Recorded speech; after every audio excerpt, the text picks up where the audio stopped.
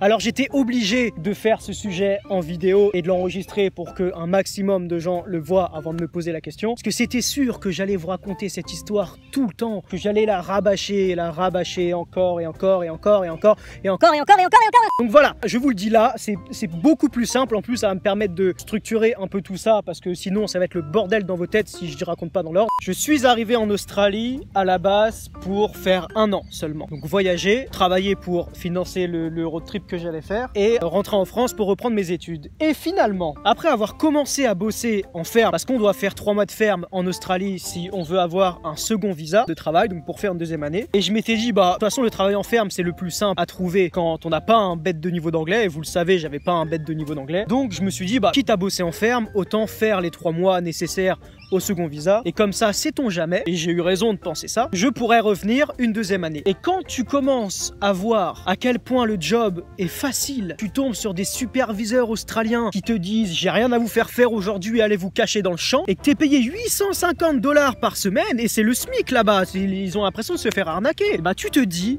mais pourquoi pas faire une 2e année et faire que bosser pendant 1 an. Sauf que, et vous avez vu le titre, et vous êtes curieux, donc vous avez cliqué, donc vous attendez que je vous dise pourquoi. On est en juin 2018, j'arrive en Australie, je m'achète une voiture, mais pas une voiture comme la 207cc que j'avais en France. Là, c'est le 4x4 Nissan Patrol de 98, turbo diesel, 2,8 litres. Le volant, du coup, à droite, parce que vous le savez, j'espère pour vous, en Australie, on roule à gauche de la route, donc le volant est à droite. Les vitesses sont les mêmes qu'en Europe, donc la première, du coup, va être tout au bout à gauche. Les pédales sont les mêmes, et les clignotants et les essuie-glaces sont inversés. Alors pour vous dire à quel point votre cerveau est complètement embrouillé, tu dois conduire à gauche de la route. Je me suis dit, avec la taille de la voiture en plus, mais jamais je vais pouvoir m'en sortir. Je vais devoir réapprendre à conduire. J'avais vraiment l'impression de réapprendre à conduire. Et finalement, tout allait bien. Parce que les Australiens respectent tellement. Ils respectent tout. Ils respectent le code de la route, ils respectent les limitations. Il y a des lignes tracées partout sur la route quand tu veux tourner à gauche, à droite. Il y a des feux pour aller partout. C'est-à-dire qu'en France, si tu arrives dans une route et que tu veux tourner à gauche, le feu va passer au vert. Sauf que le feu passe au vert pour tout le monde. Pour ceux qui veulent aller tout droit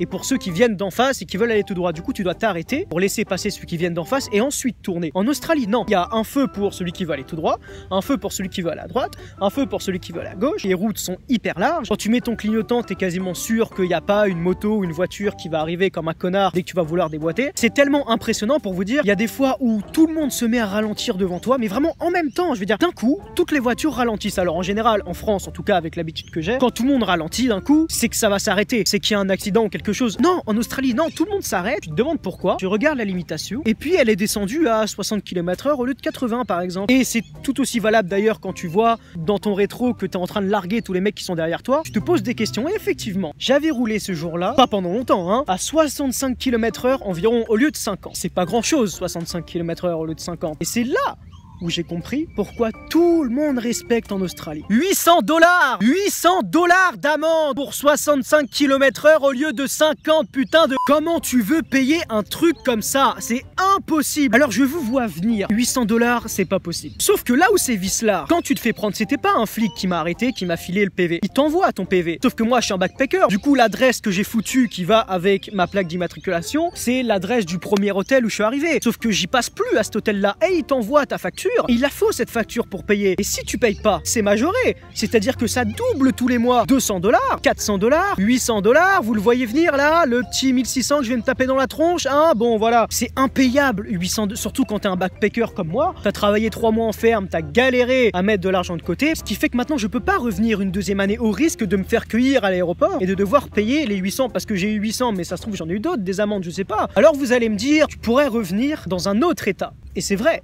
Mais j'en ai partout des amendes maintenant, j'en ai dans tous les états moi. Et forcément, tu t'as 800 $ au début, quitte à payer tes amendes, autant toutes les payer. Donc à partir du moment où je me tape 800 $, mais je me laisse aller moi après. Et une amende de stationnement par-ci, une amende de stationnement par-là. Tiens, Melbourne, je garde ma voiture 1 heure le temps d'aller au resto. En plus, je la garde devant le resto en me disant, bon, si je vois un flic passer, je peux sortir et lui dire, ah désolé, voilà. 1 heure, hein, bon finalement, t'as ta bouffe dans ton assiette, tu meurs de faim, tu penses pas à regarder ta caisse. 165 $, j'ai jamais compris pourquoi en plus, pour moi j'étais très bien garé. À Sydney, je dois en avoir pour 200 $, pareil, pour les mêmes raisons. Et le pire, c'est que maintenant elles sont majorées ces amendes, donc j'imagine même pas le montant des trucs que j'ai à payer en Australie, dans tous les états. Alors là, fort heureusement, je suis dans le Western Australia, j'en ai pas encore eu dans cet état-là, parce qu'en plus je viens de vendre ma voiture. C'était trop triste. Je me suis séparé de ma petite Rosanna, elle était tellement bien. Donc maintenant j'ai un vélo ici à Perth, j'ai moins de chances de me faire... Quoique, même à vélo, tu peux te prendre des 400 $ d'amende. Enfin bref, normalement je peux repartir d'Australie sans qu'ils me disent « faut que tu payes avant de repartir ». Ce qui aurait pu m'arriver si j'étais reparti de Sydney ou du Queensland, là où j'ai eu mes 800 $. Mais voilà, alors vous allez me dire « oui mais il faut respecter les limitations ».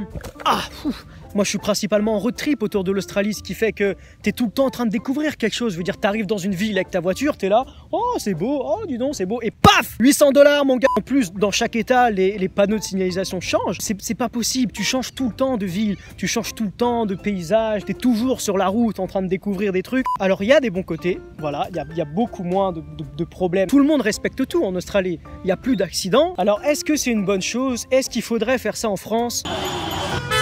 Honnêtement, je pense pas. Voilà, messieurs, dames, vous savez tout. Il me reste plus qu'à vous souhaiter une bonne journée si vous regardez cette vidéo le matin, ou si vous regardez cette vidéo en fin d'après-midi, bah bonne fin d'après-midi, ou même si vous regardez cette vidéo le soir, je vous souhaite une très bonne nuit, ou une bonne soirée si c'est en première partie de soirée, ou même carrément, je vais vous dire bonne semaine. Bon allez, j'arrête de vous embêter. Bisous.